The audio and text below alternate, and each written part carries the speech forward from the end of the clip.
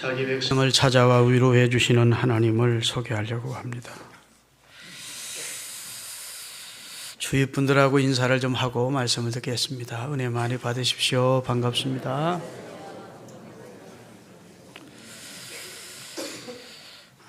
그간 슬픔이나 형언할 수 없는 고난의 과정에 있는 자에게는 진정으로 필요한 것이 있다면 참된 위로일 것입니다. 인간이 형용할 수 없는 슬픔이나 어려움 중에 있는 자를 찾아가서 위로해 주는 것은 참으로 귀한 일입니다. 그래서 성경은 함께 우는 자와 그리고 함께 울어주는 자가 되라고 말씀해 주고 있습니다. 하나님은 자기 백성이 슬픔이나 고통 중에 있을 때 방치하신 게 아니고 몰라라 외면하신 게 아니고 그의 천사를 보내거나 그의 성령의 감동을 통해서나 그의 선지자를 보내서 위로해 주시고 격려해 주시고 다시 일으켜 세워주신 분이 하나님이심을 성경 곳곳에서 확인할 수가 있습니다. 그런데 우리 인간이 인간을 위로한다는 것은 진정한 위로가 되지 못한 경우가 많습니다. 형언할 수 없는 극한 슬픔, 좌절 속에 있는 자를 찾아가서 우리가 위로의 말을 전하지요. 그런데 사실은 허공에 대고 하는 말 같아서 그에게 진정한 위로가 되지 못하는 경우가 많다고요. 어제 청천벽력 같은 그런 소식을 접하고 우리 장로님 아들이 세상을 떠서 곤지암에 있는 장례식장에 저하고 나 장로님 우리 내외하고 전사님하고 가서 막 그 장례식장을 내리는데 우리 장로님이 도대체 무슨 말로 위로를 해야 한대요, 목사님 그러는 거예요. 저라고 무슨 답이 있겠습니까? 여러분, 하나님의 말씀으로 위로할 수밖에 없습니다. 할렐루야. 우리 인간은 인간의 사정을 진정으로 위로해 줄 수 없어요. 왜냐하면 타인의 사정이나 그 고통의 깊이나 그 고통으로부터 오는 아픔을 우리가 다 이해 못합니다. 오직 인간을 위로해 줄 수 있는 분은 하나님 한 분밖에 없어요. 하나님만이 인간의 모든 형편과 사정을 정확히 속속들이 아시는 분이십니다. 그러기에 바울은 하나님을 가리켜서 자비의 아버지라고 모든 위로의 하나님이라고 소개를 하고 있습니다. 여러분, 사랑이 풍성한 자만이 위로가 가능합니다. 또 통찰력과 지혜를 가진 자가 남을 진정으로 위로해 줄 수가 있습니다. 그리고 그 고통을 제거시켜 줄 능력이 있는 자만이 고통당하는 자를 위로할 수가 있어요. 그 고통을 제거시켜 줄 수 있는 자가 위로자가 가능합니다. 성경에는 그분이 예수님 한 분뿐입니다. 나인성의 한 과부가 살았고 그 과부에게는 외아들이 있었는데 그 아들이 갑자기 죽었습니다. 남편도 없이 아들 하나 키웠는데 그 아들이 죽어 시체가 되어 동네 사람들에 의해서 상해매에서 공동묘지로 가는 중에 예수님을 만난 겁니다. 예수님이 그 여인에게 여인아 울지 말라 그럽니다. 위로죠. 주변의 모든 사람들이 그 여인에게 위로를 했을 것입니다. 예수님도 여인아 울지 말라 했습니다. 그런데 예수님의 위로는 다른 위로예요. 상해에 손을 딱 대고 상해를 멈추게 한 다음에 청년이여 내가 네게 말하노니 일어나라. 그러니까 죽었던 아들이 살아나는 부활의 역사, 생명의 역사가 나타나. 그 울던 여인이 얼마나 기뻤겠습니까? 얼마나 춤추다 감격스러웠겠습니까? 예수님의 위로는 건성건성 한마디 던지는 위로가 아니고 그 말씀에는 능력이 있고 그 위로에는 생명이 있고 보장이 있는 거예요. 여러분, 오라비를 잃고 슬퍼하는 마르다와 마르다의 상가에 예수님이 둘렀습니다. 이미 나사로는 돌무덤에 넣고 입구를 막은 상태예요. 예수님이 마르다와 마리아가 눈물겹게 우는 모습을 보면서 예수님도 성경에는 울었다 그랬습니다. 예수님도 눈물을 흘리셨어요. 그러서니 네 오라비가 오늘 다시 살 것이다. 부활의 날에는 다시 살겠죠. 아니야, 오늘 다시 산다. 믿으라. 그리고 무덤을 막고 있는 돌을 옮겨놓게 한 다음에 기도한 다음 나사로야 나오라. 할렐루야. 배로 그 시체가 동여진 채로 걸어 나오는 역사가 나타나.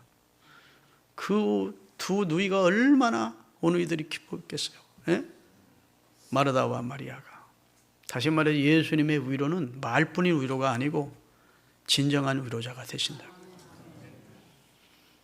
여러분, 엘리야가 하나님의 사역을 크게 이룬 다음에 그의 생명을 24시간 안에 죽이겠다는 왕후의 겁박을 듣고 두려워서 광야로 들어 숨었습니다. 너무 낙심이 되는 겁니다. 너무 두려운 것입니다. 그래서 하나님 내 생명을 취하소서 그랬는데 하나님이 그의 천사를 보내서 그의 어깨를 어루만져 주시면서 엘리야야 일어나라. 할렐루야. 먹을 것을 주시고 그리고 사명을 끝까지 잘 감당할 수 있도록 그의 길을 안전하게 보호하시고 인도해 주시고 사명 잘 감당하고 불수레를 타고 승천하는 축복을 주셨습니다. 여러분, 이사야 40장 1절 말씀을 띄울 테니까 우리 같이 한번 읽겠습니다. 너희의 하나님이 이르시되 너희는 위로해라. 내 백성을 위로하라. 하나님이 하나님의 종들에게 주신 명령입니다. 제발 내 백성들을 혼내지 말고 낙심시키지 말고 좌절시키지 말고 맨날 저주 섞인 설교, 징계하는 설교, 심판하는 설교, 그런 설교 하지 말고 생존 경쟁이 치열한 세상에 살다가 주일날 하나님의 전에 와서 말씀 듣는 내 백성 좀 위로해주라 말이에요. 격려해주라 그 말입니다. 복음 자체가 위로입니다. 범죄하여 영원히 멸망받을 수밖에 없는 우리에게 하나님의 아들이 십자가에 달려 돌아가시면서 다 이루었다는 선언은 이제 우리의 구원을 이루었다는 위로의 말씀이에요. 하나님의 위로 사건이 십자가 사건입니다. 그의 백성을 향한 하나님의 위로가 십자가 사건이라고요. 오늘날 목사님들이 강대상에 서서 물론 책망하는 설교를 어쩌다나 해야 합니다. 왜냐하면 성경 자체가 책망도 있으니까. 그래서 하나님의 말씀은 교훈과 책망과 바르게 함과 의로 교육하기 위해 계기 때문에 책망이 있어야 되지만 맨날 강대상에만 서면 교인들을 그냥 책망하는 그런 내용의 설교를 한다. 그건 좋은 목회자를 할 수 없습니다. 위로하고 격려하고 하나님의 말씀으로 치유하고 할렐루야. 그래서 다시 일으켜 용기 백배해서 살아갈 수 있도록 해주라는 거예요. 하나님이. 이건 하나님의 명령이요 권면이요 부탁입니다. 하나님의 종들을 향한 너희는 제발 내 백성들을 위로해주라. 이렇게 하나님의 말씀을 해고 있습니다. 여러분, 참 사랑은 위로가 뒤따르게 되어 있습니다. 내가 어떤 사람을 사랑하면 그 사람이 낙심할 때 힘내 야, 그러죠? 내가 그 사람을 사랑하는 마음이 없으면 고통 당하든 말든 관계할 필요가 없어요. 외면하고 반지만 정말 내가 사랑하고 관심을 가지는 대상이면 그가 낙심 중에 있을 때, 어려움 중에 있을 때는 그 사랑의 표현이 위로로 나타나게 되어 있다고요. 하나님이 우리를 위로해주고 싶다는 말은 하나님 우리를 사랑한다는 말입니다. 하나님은 사랑이시라. 그 사랑의 하나님이 그의 백성이 고통 중에 있을 때, 어려움 중에 있을 때 진정으로 해주기를 원하는 것은 그의 종들이 가서 제발 위로해 주라는 거예요. 병들었을 때 찾아가지고, 감옥에 갇혔을 때 돌아봐주고, 할렐루야, 가서 위로해주고 힘을 좀 주라. 그게 이제 하나님이, 하나님의 사람들인 저와 여러분들에게 하는 부탁 아닙니까? 고린도 후서 1장 3절에서 4절을 읽겠습니다. 같이 읽겠습니다. 찬송하리로다. 그는 우리 주 예수 그리스도의 하나님이시요. 그 다음에 하나님은 자비로우신 아버지시요. 그 다음에 모든 위로의 하나님이시다. 모든 성도들에게 위로를 주시기를 원하시는 하나님이시라는 거예요. 그리고 우리의 모든 환난 중에서 우리를 위로해서 우리로 하여금 하나님께 받은 위로를 가지고 또다시 우리 주변에 나처럼 어려움을 당한 옛날 내가 당하던 어려움처럼 어려움을 당하는 사람이 있으면 그 사람을 찾아가서 하나님의 말씀으로 위로해 주게 하기 위해서 하나님이 우리를 위로하신대. 아멘. 다시 말해서 같은 슬픔을 당했다. 근데 나를 하나님이 언젠가 그 상황 속에서 위로해 주셨어. 그 위로받은 자로서 또 주변에 나와 같은 상황을 만난 사람이 있거든 찾아가서 위로해 주기 위해서 우리에게 위로를 주시는 분이 하나님이라. 4절 다시 한번 읽겠습니다. 우리의 모든 환난 중에서 우리를 위로하사 우리로 하여금 하나님께 받은 위로로서 모든 환난 중에 있는 자들을 능히 위로하도록 또 우리를 위로자로 세우시는 분이 하나님이시라고 말씀해 주시고 계십니다. 하나님은 우리의 위로의 하나님이십니다. 할렐루야. 하염없이 흐르는 눈물을 닦아주시고 아픈 상처를 어루만져 주시는 분이십니다. 그래서 눈물의 현장에서는 같이 울어주셨던 주님이십니다. 예루살렘을 보시면서도 우셨습니다. 히브리서 5장 7절에 보면 예수님은 마지막 십자가를 지시기 전에는 심한 통곡과 눈물로 하나님 앞에 기도했다는 겁니다. 다 같이 읽겠습니다. 그는 육체로 계실 때 자기를 죽음에서 능히 구원하실 이에게 심한 통곡과 눈물로 간구와 소원을 올렸고 그의 경건하심으로 말미암아 들으심을 얻었느니라. 예수님의 기도는 통곡하는 기도였다. 눈물의 기도였다. 할렐루야. 그리고 고난당하는 그의 백성의 현장에 가서는 같이 눈물을 흘려주신 분이 주님이시고 그리고 그의 고난의 현장에서 그 고난을 해결해 주신 분이 주님이십니다. 웃음이 하나님의 선물인 것처럼 울음 또한 하나님의 선물입니다. 우리는 울음과 함께 이 땅에 태어납니다. 울음은 이 세상에 내가 태어나는 신고식과 같습니다. 울지 않으면 응대기를 두들겨 맞습니다. 그래서라도 갓난아이를 울게 시켜서 숨통을 틔우는 겁니다. 다시 말해서 울음과 함께 우리의 생명이 들어오는 겁니다. 할렐루야. 여러분 울고 싶을 때는 우십시오. 울음이 또한 치유약이 됩니다. 울고 나면 마음이 시원해지고 울고 나면 영혼이 깨끗해지고 하나님은 울 때 찾아와서 그를 만나 주십니다. 그래서 하나님이 원하시는 심령은 상한 심령이라. 하나님은 애통하며 상해하는 심령을 절대로 외면하시는 분이 아니시라고 말씀해 주고 있어요. 나는 이상한 분들을 종종 봅니다. 우리 교회에 있는 그런 교인들이 없어서 감사해요. 아니, 장례식장에 가서 상주나 가족이 우는 울지 마! 예수 믿는 사람이 왜 울어? 그렇게 퉁명스럽게 얘기하는 사람들이 있어요. 저런 사람 왜 그래? 여러분, 사랑하는 가족과 이별을 했는데 눈물이 안 나오면 그건 비정상입니다. 그렇죠? 그 사람이 천국 간 거 모르고 안 믿어져서 우는 거 아니에요. 인간적으로는 다시 어머님, 아버님을 배울 수 없기에, 사랑하는 자식을 볼 수 없기에, 그의 음성을 들을 수 없기에 인간적인 헤어짐이 아파서 우는 것인데 그 울음조차도 울지 말라고 자꾸 옆에서 믿음 좋은 것처럼 하면서 예수 믿는 사람이 왜 우느냐고, 천국 가셨는데 왜 우느냐고, 그따위 소리 하지 않기를 바랍니다. 할렐루야. 울어야 돼요. 물론 절망적인 믿음 없는 울음이야 하나님이 기뻐하지 않겠지만 인간적인 정리로 인해서 너무너무 섭섭함 때문에 아픈 마음 가지고 우는 사람 울지 말라고 쌀 필요가 없지요. 아멘. 아이는 눈물 울면서 부모님과 처음에는 교통이 시작되는 겁니다. 아이들이 말을 합니까? 못하죠. 울면 되는 거야. 울면 엄마가 다 알아들어. 아, 젖달라 소리구나. 아, 기저귀 갈아달라 소리구나. 아, 몸이 아프다 소리구나. 그걸 뭘로 소통하죠? 울음으로 소통하는 거예요. 인생이 처음 태어나면서 울기를 먼저 하고 그 다음에 웃고 그 다음에 언어를 배우기 시작하면서 교통이 되는 겁니다. 그래서 우리 주님은 눈물 흘리는 사람들 눈물 흘리지 말라 그런 말씀하지 않으시고 오셔서 눈물 흘리지 않도록 은혜를 주신 분이지 그냥 울지 말라고만 하고 떠나신 분이 아니라고요. 할렐루야. 눈물은 상처를 치료하는 치료제입니다. 영혼이 맑아지는 그런 영혼의 안경을 닦는 그런 깨끗한 수건과 같습니다.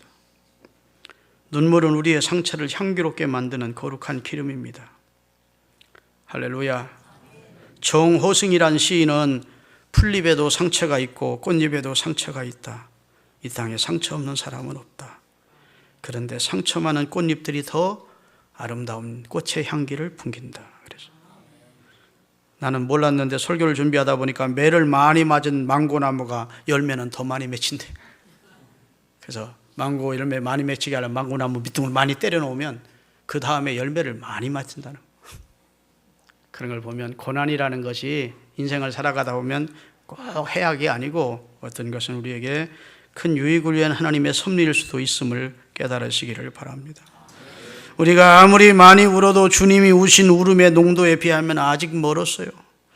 우리가 아무리 상처가 크다 해도 주님이 받으신 상처에 비하면 작습니다.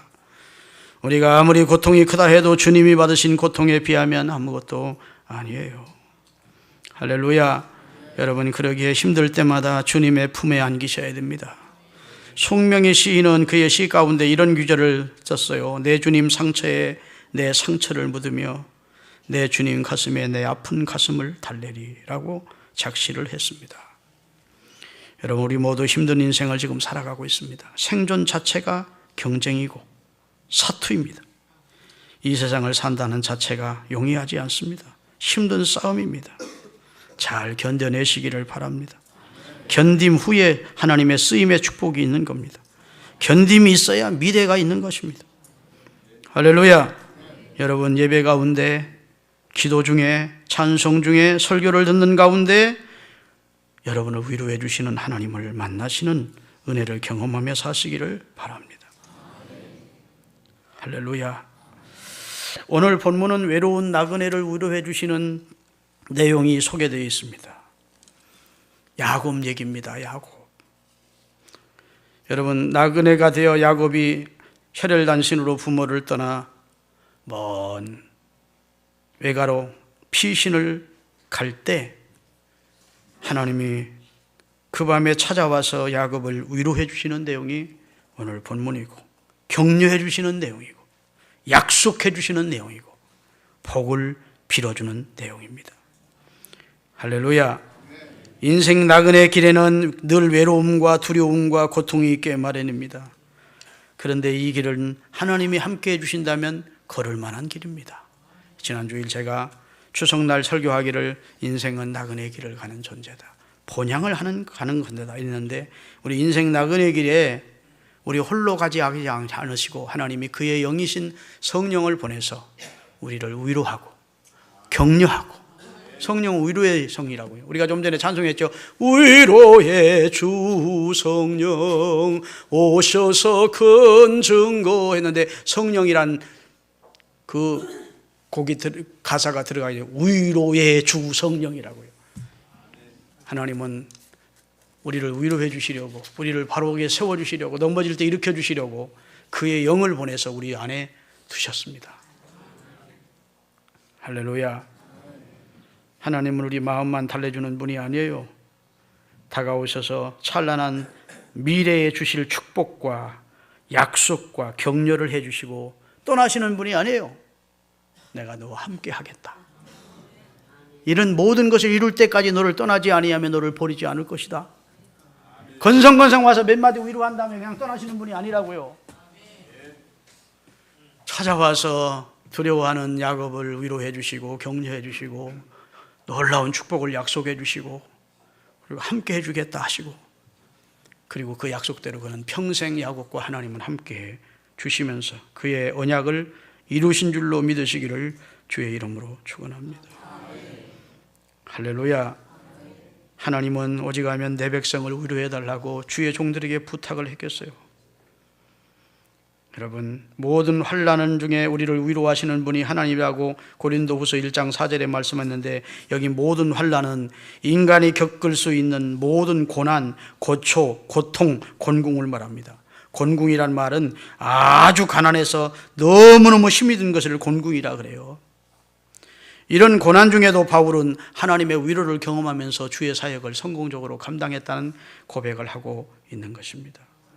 바울이 경험한 모든 환난과 비교할 수 없는 환난을 겪으신 분이 성경에 한 분 계십니다. 그분이 예수 그리스도십니다. 이사야 53장 3절을 띄우겠습니다.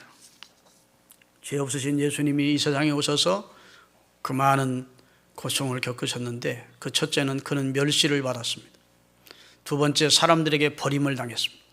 세 번째, 간고를 많이 겪었는데, 간고라는 말은 몹시 고통스러운 경험을 했다는 겁니다.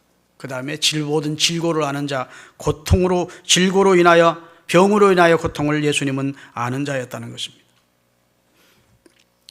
할렐루야. 마치 사람들이 그를 얼굴을 가리우고 예수님을 파충류처럼, 아주 더러운 존재처럼 돌이켜 얼굴을 예수님께로 돌려버리는 그런 멸시를 예수님이 당하셨다는 것입니다.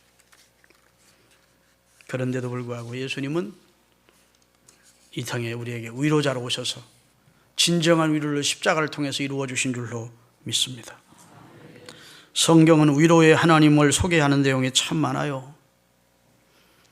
어떤 때 누구를 어떻게 위로해 주셨는지 성경을 읽어보면 곳곳에 하나님이 하나님의 사람들을 위로한 내용으로 가득 차 있습니다. 이사야 66장 13절입니다. 하나님이 어미가 자식을 위로한 같이 우리를 위로해 주신대요. 다 같이, 어미가 자식을 위로함 같이 내가 너희를 위로할 것인즉 너희가 예루살렘에서 위로를 받으리니 그랬어요. 할렐루야. 고린도후서 1장 5절에 보면 고난이 우리에게 있을 때마다 하나님의 위로도 넘친대요. 다 같이, 그리스도의 고난이 우리에게 넘친 것 같이 우리가 받는 위로도 그리스도로 말미암아. 초대교회 때는 예수를 믿는 삶이 고통스러운 삶이었어요. 핍박이 마음 많아서. 그런데 그때마다 하나님의 위로도 우리에게 넘쳤다고 바울은 고백을 하고 있습니다. 오늘 본문은 하나님 앞에 외로운 나그네를 위로해 주시는 하나님이 소개되고 있습니다. 어머니 리브가를 떠나서 외삼촌 라반의 집으로 가는 그 수천리 길을 떠나게 됐는데, 쓸쓸한 밤, 급격히 기온이 떨어지는 추운 밤, 무섭고 두려운 밤, 외로움이 물밀처럼 밀려오는 밤을 야곱이 맞게 된 것입니다. 그는 어머니 치마폭에 쌓여서 어머니의 편애를 받으며 사랑을 받으며 부족함이 없이 살았어요. 근데 어느 날 형의 장자권을 빼앗고 아버지로부터 장자의 축복을 받았는데, 도리어 축복이 오기는커녕 그때부터 위험이 천만한 인생이 시작된 겁니다. 형 에서가 자기를 죽이겠다는 것입니다. 우리 창세기 28장 10절, 창세기 27장 42절부터 45절까지. 창세기 27장 42절부터 같이 읽겠습니다. 맏아들 에서의 이 말이, 동생 야곱을 죽이겠다는 이 말이 리브가 어머니에게 들리매 이에 사람을 보내어 작은 아들 야곱을 불러 그에게 이르되 내 형 에서가 너를 죽여 그 한을 풀려 하니 내 아들아 내 말을 따라 일어나 하란으로 가서 내 오라버니 나반에게로 피신하여 내 형의 노가 풀리기까지 몇 날 동안 그와 함께 거주하라. 내 형의 분노가 풀려 내가 자기에게 행한 것을 잊어버리거든 내가 그 사람을 보내어 너를 거기서 불러오리라. 어찌 하루에 너희 둘을 다 이르랴. 형제가 싸워서 둘 다 죽는 사건을 내가 볼 수 없다. 네 형 한을 맺고 있으니 너 죽이려고 하니 빨리 개나리 벗짐 싸서 외삼촌 집으로 피신을 가거라. 울면서, 어머니도 울면서 보냈고 야곱도 울면서 떠났어요. 그리고 하루 종일 걸어서 밤에 노숙을 하게 되는데, 그 두려운 밤, 외로운 밤, 돌을 베개 삼아 베고 누웠는데 여러분 두 눈에서 눈물이 쭉 흐를 거예요. 성경은 그런 내용까지 기록되어 있지 않지만 얼마나 우리가 상상할 수 있지 않겠습니까? 얼마나 무서웠겠어요. 야곱이 얼마나 두려웠고 얼마나 외로웠고 얼마나 난감한 상황이었겠어요. 얼마나 추웠겠어요. 근데 하나님이 그 야곱을 찾아와 주신 겁니다. 할렐루야.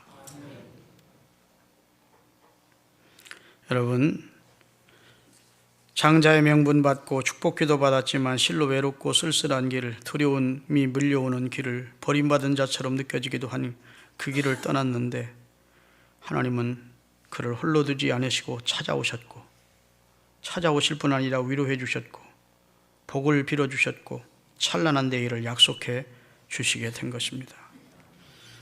사랑하는 여러분, 우리는 인생은 나그네인데 첫째는 인생은 외롭습니다. 나그네는 외로워요. 야곱은 지금 외로웠습니다. 그동안 어머니 사랑받으면서 참 부족함 없이 살았는데 외롭기 그지없는 길을 떠나게 됐어요. 또 나그네는 두렵습니다. 나그네는 자기 앞에 무슨 일이 일어날지 안전을 보장할 수 없는 것이 나그네요. 집은 최소한 안전한 곳입니다. 평안한 곳이에요.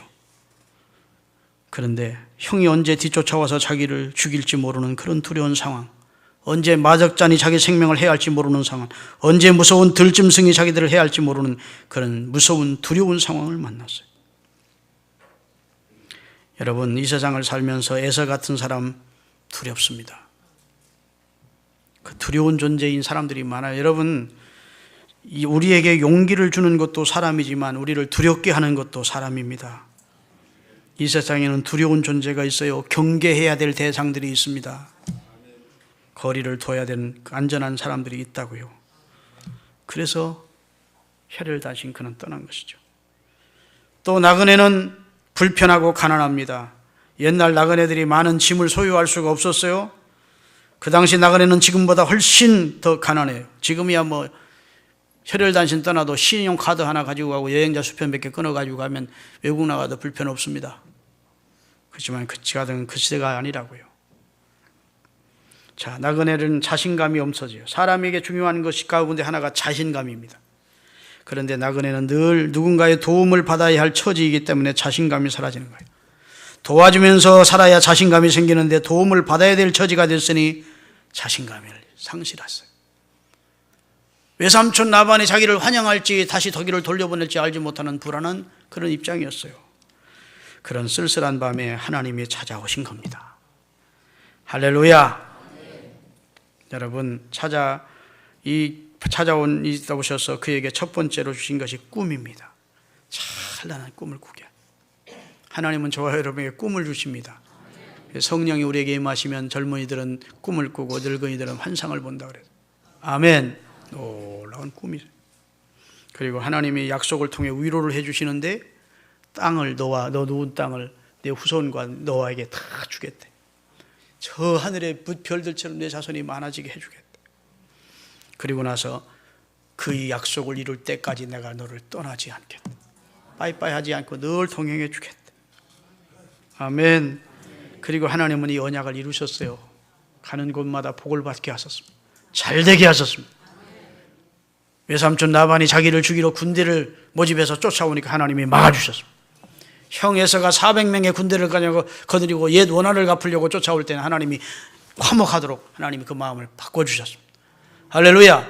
세겜에서는 큰 사건이 벌어졌는데 잘못하면 세겜의 모든 족속들이 야곱 집안을 몰살시켜야 될 상황이 왔는데 하나님이 세겜 사람들에게 크게 두려운 마음을 주어서 야곱 가족을 해치 못하도록 하나님이 방패가 되어주셨다고 성경은 기록하고 있어요.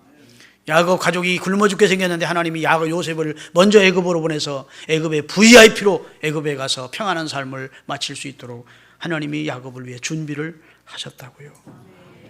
할렐루야. 다시 말해서 외로운 밤 야곱을 찾아오셔서 위로해 주시는데 내가 너를 대단한 존재로 만들어 주마. 아멘. 내가 너를 크게 해주마. 이렇게 위로와 소망을 얻게 하셨다고요. 여러분, 세상은 냉정합니다. 내가 실수하고 내가 범죄하면 사람들이 거들떠보지 않습니다. 심지어 형제 자매도 버립니다. 부모조차도 버립니다. 너는 여러분 요즘 우리 사회를 시끄럽게 했던 김일곤이라고 하는 2000과 22번짜리가 있었습니다. 어렸을 때부터 소년원들 아들면서 감옥을 내 집처럼 22번을 드나든 사람입니다. 그런데 그의 18년인가 그 감옥을 들락거렸는데 그의 감옥 일지에 보면 면회한 사람이 한 사람도 없었다는 거예요. 면회 0. 형제도 찾아오지 않고 부모조차도 찾아오지 않고 그의 친구들도 다 등을 돌리고 그러니까 악만 남은 것이죠. 그에게 찾아와서 그를 위로해주고 격려해주고 새 삶을 살도록 붙들어주려고 한 사람이 없었다는 겁니다. 그게 세상입니다. 그게 세상. 사랑하는 여러분, 여러분은 하나님께 받은 위로를 가지고 주변 사람들을 위로해주며 사십시오. 격려해주며 사십시오. 세워주며 사십시오. 성경에 보면 바나바라는 인물이 나오는데 바울을 바울되게 만들어준 자가 권위자 바나바, 위로를 잘하는 사람, 격려를 잘해주는 사람이 바나바였다. 바울이 된 것은 바나바 까닭입니다. 할렐루야. 사랑하는 여러분, 하나님께서는 우리를 평생 함께 위로자로 오셔서 우리와 성령으로 함께 하시고 죽을 때까지 우리를 인도해 가십니다. 시편 48편 14절, 시편 48편 14절, 준비가 안 된 것 같으네요. 제가 읽겠습니까? 여러분 따라하십시오. 이 하나님은 영원히 우리 하나님이시니 그가 우리를 죽을 때까지 인도하시리로다. 자, 야곱이 어린 소년의 때 하나님이 외로워하던 밤에 그를 위로자로 찾아오셔서 격려하시고 약속하시고 축복하시고 함께 해주셨습니다. 그리고 야곱이 이제 수십 년의 생애를 살았어요.